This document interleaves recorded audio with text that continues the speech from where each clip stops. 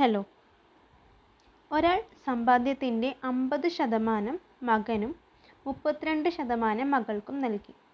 അദ്ദേഹത്തിൻ്റെ കയ്യിൽ ബാക്കിയുള്ളത് 54,000 രൂപയാണ്. അങ്ങനെയാണെങ്കിൽ മകന് കൊടുത്ത സംഖ്യ എത്രയാണെന്നാണ് ചോദിച്ചിരിക്കുന്നത്. അപ്പോൾ നമുക്കിവിടെ തന്നിട്ടുണ്ട് 50%ആണ് മകന് കൊടുത്തതെന്നുള്ളത്. ഓക്കെ, മൊത്തം മകനും മകൾക്കും വേണ്ടി കൊടുത്തത് 50% പ്ലസ് 32%, 82% മക്കൾക്ക് വേണ്ടി കൊടുത്തിരിക്കുന്നത്. അദ്ദേഹത്തിൻ്റെ കയ്യിൽ 54,000 രൂപയുണ്ടെന്ന് പറഞ്ഞിട്ടുണ്ട്. 82% മക്കൾക്ക് കൊടുത്തിട്ടുണ്ടെങ്കിൽ റിമൈനിങ് 18% ആയിരിക്കും ഈ 54,000 എന്ന് പറയുന്നത്. അപ്പോൾ തുക നമുക്ക് തന്നിട്ടില്ല.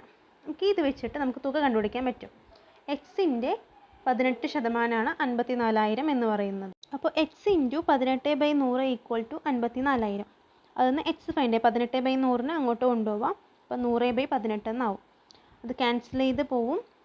ലാസ്റ്റ് 3 lakhs കിട്ടും. അപ്പോൾ എക്സ് എന്ന് പറയുന്നത് 3 ലക്ഷമാണ്. അതിന്ന് മകന് കൊടുത്തത് 50% പറഞ്ഞിട്ടുണ്ട്. അപ്പോൾ 1.5 ലക്ഷം. അല്ലെങ്കിൽ നമുക്ക് എങ്ങനെ എഴുതാം? X into 50/100 equal to s. അപ്പോൾ എക്സ് നമുക്കിവിടെ കണ്ടുപിടിച്ചിട്ടുണ്ട് 3 ലക്ഷം എന്നുള്ളത്. അപ്പോൾ 3 ലക്ഷത്തിൻ്റെ 50%, അപ്പോൾ 1.5 ലക്ഷം. ഓക്കെ.